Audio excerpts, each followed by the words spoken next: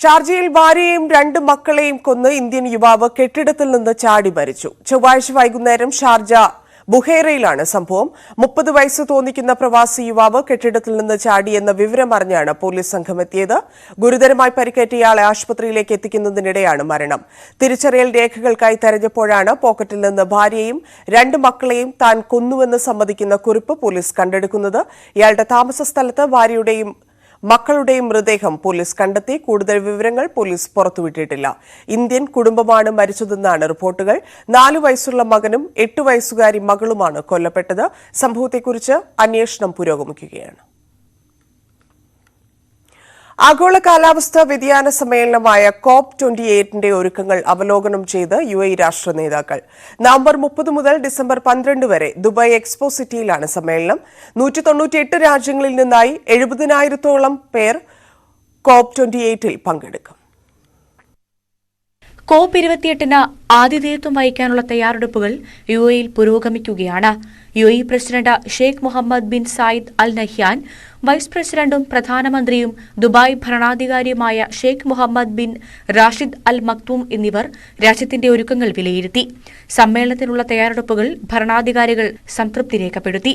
ഭൂമിയെ രക്ഷിക്കാനുള്ള മാർഗങ്ങൾ ചർച്ച ചെയ്യുന്നതിന് ലോകത്തെ ഒരു കുടക്കീഴിലേക്ക് എത്തിക്കാനുള്ള ശ്രമമാണെന്ന് ഷെയ്ഖ് മുഹമ്മദ് ട്വീറ്റ് ചെയ്തു.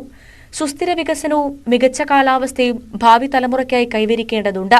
പരിസ്ഥിതി സംരക്ഷണം ഉറപ്പാക്കാൻ നടപ്പിലാക്കുന്ന എല്ലാ പ്രവർത്തനങ്ങളെയും പിന്തുണയ്ക്കാൻ UAE പ്രതിജ്ഞാബദ്ധമാണെന്നും Sheikh Mohammed bin Zayed Al Nahyan പറഞ്ഞു. നവംബർ 30 മുതൽ ഡിസംബർ 12 വരെ ദുബായ് എക്സ്പോ സിറ്റിയിലാണ് സമ്മേളനം. 198 രാജ്യങ്ങളിൽ നിന്നായി 70,000-ഓളം ആളുകൾ COP28ൽ പങ്കെടുക്കും. വിവിധ രാഷ്ട്രതലവന്മാർ, ഉന്നത ഉദ്യോഗസ്ഥർ, വ്യവസായ പ്രമുഖർ, വിദ്യാഭ്യാസ വിദഗ്ധർ അടക്കമുള്ളവർ പങ്കാളികളാകും. UAE മന്ത്രിമാർ, സർക്കാർ ഉദ്യോഗസ്ഥർ, വ്യവസായ മേഖലയിലെ ഉദ്യോഗസ്ഥർ എന്നിവർ ഉൾപ്പെടുന്ന ഉന്നതാധികാര സമിതിയാണ് സമ്മേളനത്തിന് മേൽനോട്ടം വഹിക്കുന്നത്. News 18 UAE. വിവിധ എമിറേറ്റുകളിലെ ഭരണാധികാരികൾക്ക് ഇഫ്താർ വിരുന്നൊരുക്കി UAE president Sheikh Mohammed bin Zayed Al Nahyan. Abu Dhabi Qasr Al Watan പാലസിലാണ് ഇഫ്താർ വിരുന്നൊരുക്കിയത്. ഭരണാധികാരികൾക്കൊപ്പം കിരീടാവകാശികളും മറ്റുന്നത ഉദ്യോഗസ്ഥരും വിരുന്നിൽ പങ്കെടുത്തു. UAE വൈസ് പ്രസിഡന്റും പ്രധാനമന്ത്രിയും ദുബായ് ഭരണാധികാരിയുമായ Sheikh Mohammed bin Rashid Al മക്തൂമും സുപ്രീം കൌൺസിൽ അംഗവും ഷാർജ ഭരണാധികാരിയുമായ Sheikh Sultan bin Mohammed Al Qasimi, supreme council അംഗവും അജ്മാൻ ഭരണാധികാരിയുമായ Sheikh Humaid bin Rashid Al Nuaimi, supreme council അംഗവും ഫുജൈറ ഭരണാധികാരിയുമായ Sheikh Hamad bin Mohammed Al Sharqi, supreme council അംഗവും Umm Al Quwain ഭരണാധികാരിയുമായ Sheikh Saud bin Rashid Al Mualla, supreme council അംഗവും Ras Al Khaimah ഭരണാധികാരിയുമായ Sheikh Saud bin Saqr Al Qasimi തുടങ്ങിയവർക്കൊപ്പം Dubai കിരീടാവകാശി Sheikh Hamdan അടക്കമുള്ള പ്രമുഖരും ഇഫ്താറിനെത്തി. 7 എമിറേറ്റുകളിലെയും ഭരണാധികാരികളെ നേരിട്ടെത്തിയാണ് ഷെയ്ഖ് മുഹമ്മദ് സ്വീകരിച്ചത്. മഗ്രിബ് പ്രാർത്ഥനയ്ക്ക് ശേഷം വിവിധ വിഷയങ്ങളിൽ ഭരണാധികാരികൾ ആശയവിനിമയം നടത്തുകയും ചെയ്തു. Sheikh Mohammed bin Zayed Al Nahyan പ്രസിഡന്റായി ചുമതലയേറ്റെടുത്ത ശേഷം എത്തുന്ന ആദ്യ റമദാനാണ് ഇത്തവണത്തേത്. News 18 UAE. മറ്റു വാർത്തകളിലേക്ക്. അരിക്കൊമ്പൻ ദൌത്യം വൈകും. അരിക്കൊമ്പനെ പിടികൂടണമോ കാട്ടിൽ തുറന്നുവിടണോ എന്ന് പരിശോധിക്കാൻ ഹൈക്കോടതി വിദഗ്ധ സമിതി രൂപീകരിച്ചു. സമിതിയുടെ റിപ്പോർട്ട് പരിശോധിച്ച ശേഷമാകും അന്തിമ തീരുമാനം. അതുവരെ കോളനി നിവാസികളുടെ സുരക്ഷ ഉറപ്പാക്കാനും ആനയ്ക്ക് റേഡിയോ കോളർ ധരിപ്പിക്കുന്നത് പരിഗണിക്കാനും കോടതി നിർദ്ദേശം നൽകി. അരിക്കൊമ്പനെ കൂട്ടിലടയ്ക്കുന്നതിന് പകരം മറ്റു മാർഗങ്ങൾ നിർദ്ദേശിക്കാൻ സംസ്ഥാന സർക്കാരിന് കോടതി നിർദ്ദേശം നൽകി. പലതവണ കാട് കയറ്റിവിട്ടിട്ടും അരിക്കൊമ്പൻ തിരികെ വരുന്നതാണ് പ്രധാന പ്രശ്നമെന്നും ജനവാസ മേഖലയിൽ രാത്രികാലങ്ങളിൽ ആന വിഹരിക്കുകയാണെന്നും സർക്കാർ അറിയിച്ചു. എന്നാൽ അരിക്കൊമ്പന്റെ സഞ്ചാരം മനസ്സിലാക്കാൻ റേഡിയോ കോളർ ധരിപ്പിച്ചാൽ പോരെയെന്നായിരുന്നു കോടതിയുടെ ചോദ്യം. ഇക്കാര്യം സർക്കാർ പരിശോധിക്കണം. ഇപ്പോഴുള്ള പ്രശ്നങ്ങൾക്ക് ശാശ്വത പരിഹാരം കാണാൻ വിദഗ്ധ സമിതിയെ നിയോഗിക്കാമെന്ന് കോടതി അറിയിച്ചു. ചീഫ് വൈൽഡ് ലൈഫ് വാർഡൻ, ഒരു അമിക്കസ് ക്യൂറി, മൃഗവിഷയത്തിൽ പ്രഗത്ഭരായ 2 പേർ എന്നിവരാകും സമിതി അംഗങ്ങൾ. സമിതി 2 ദിവസത്തിനകം യോഗം ചേർന്ന് സാഹചര്യം വിലയിരുത്തും. അരിക്കൊമ്പനെ പിടികൂടിയാൽ മറ്റൊരു കൊമ്പനുണ്ടാകില്ലേ എന്നും കോടതി ചോദിച്ചു. ആനയുടെ ആവാസ സ്ഥലങ്ങളിൽ കാട് കയ്യേറി സെറ്റിൽമെന്റ് കോളനി രൂപീകരിച്ചതാണ് പ്രധാന പ്രശ്നമെന്നാണ് കോടതിയുടെ നിരീക്ഷണം. അരിക്കൊമ്പൻ ആക്രമിക്കുന്ന ചിന്നക്കനാൽ പഞ്ചായത്തിലെ 5 കോളനികളുടെ പുനരധിവാസം ഉറപ്പാക്കണമെന്നും അവരുടെ ജീവനും സ്വത്തിനും സംരക്ഷണം നൽകണമെന്നും കോടതി നിർദ്ദേശിച്ചു. ജസ്റ്റിസ് ജയശങ്കരൻ നമ്പ്യാർ, ജസ്റ്റിസ് ഗോപിനാഥ് എന്നിവരുൾപ്പെട്ട ഡിവിഷൻ ബെഞ്ചാണ് ഹർജി പരിഗണിച്ചത്.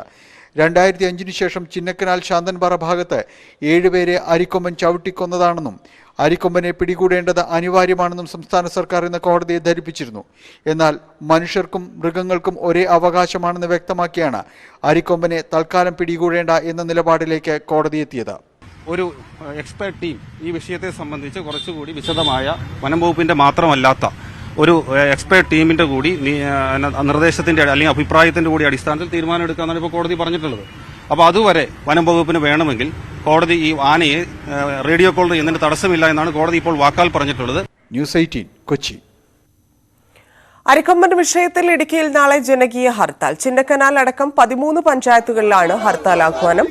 സിംഗുകണ്ടത്തു നിന്ന് നാട്ടുകാർ ചിന്നക്കനാലിലേക്ക് പ്രതിഷേധ മാർച്ച് നടത്തി. വഴിയിൽ വനംവകുപ്പ് സ്ഥാപിച്ചിരുന്ന ബാരിക്കേഡുകൾ നാട്ടുകാർ എടുത്തുമാറ്റി.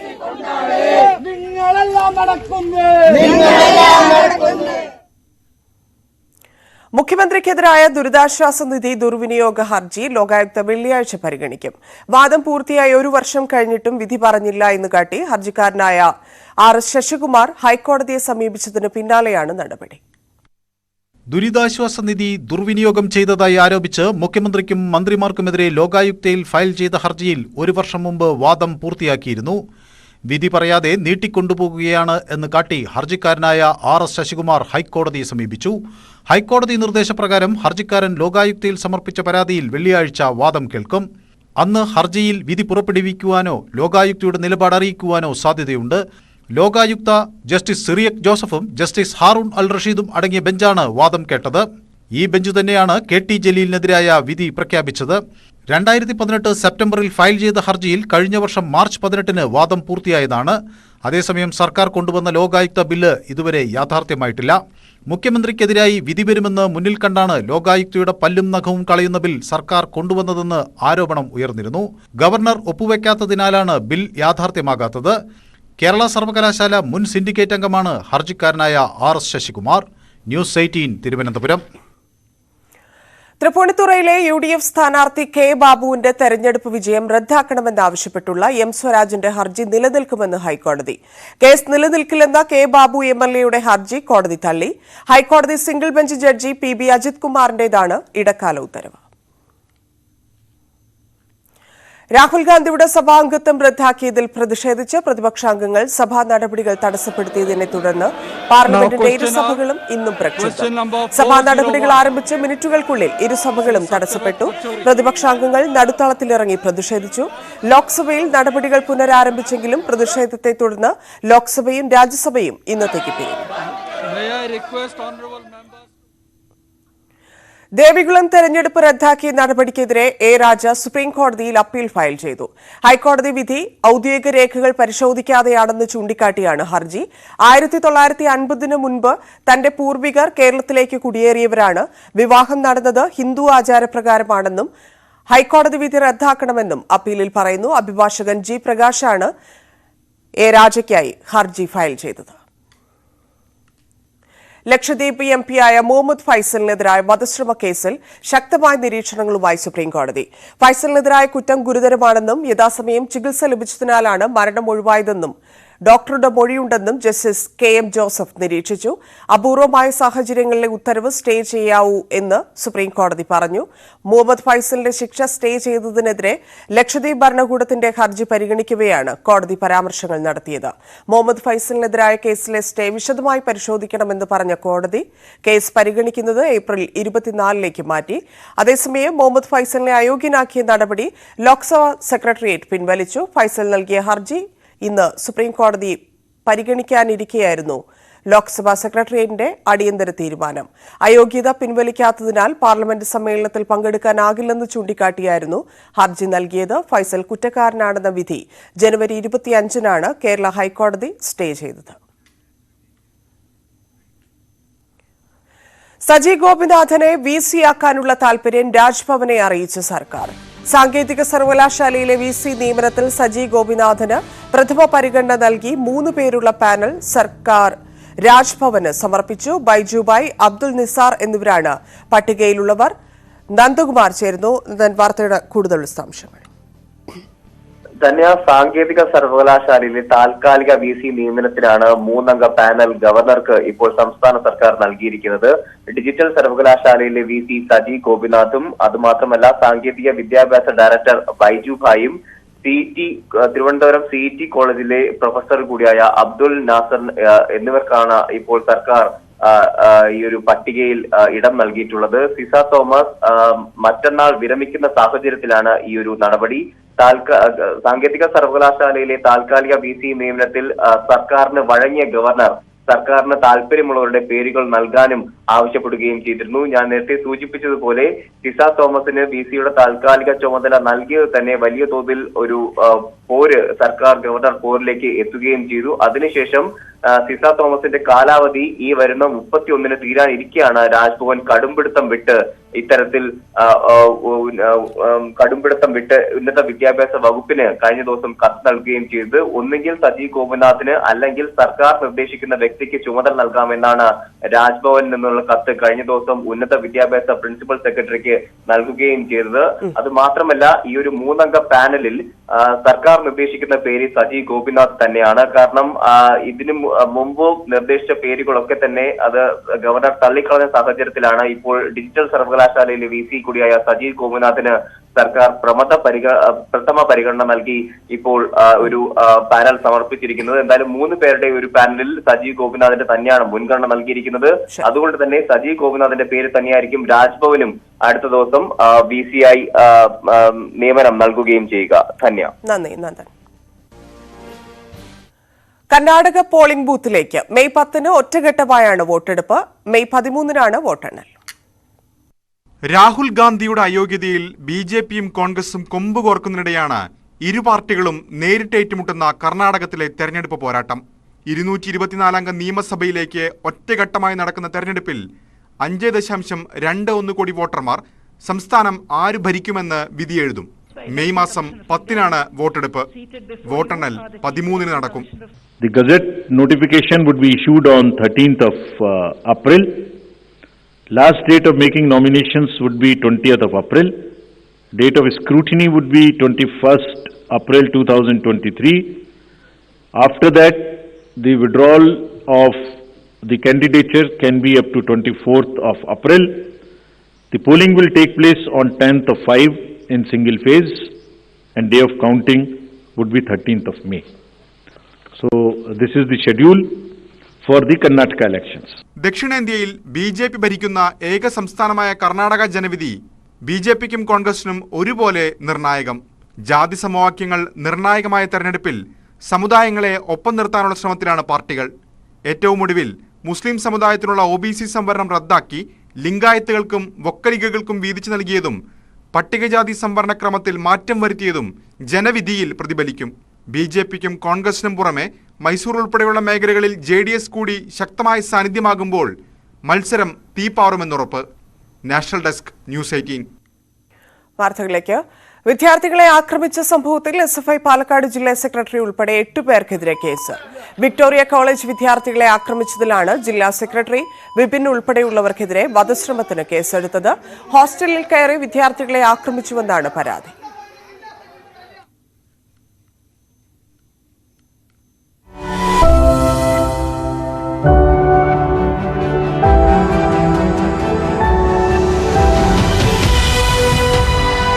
ചൈനയുമായുള്ള തർക്കം അവസാനിച്ചിട്ടില്ലെന്ന് S. ജയശങ്കർ. സംഘർഷം ലഘൂകരിക്കാനുള്ള നടപടികൾ പരസ്പരം സമ്മതിച്ചുള്ളവയാണ്. എന്നാൽ ഇനിയും ഏറെ ചെയ്യാനുണ്ട്. ചൈനയ്ക്ക് ശക്തമായ സന്ദേശമാണ് ഇന്ത്യ നൽകിയതെന്നും വിദേശകാര്യമന്ത്രി പറഞ്ഞു. We've been trying to pull back the close-up deployments, not close-up deployments, the close-up forward deployments. In the past, there have been occasions when we may have made some such unilateral move and we found it was not necessarily responded to by the other side.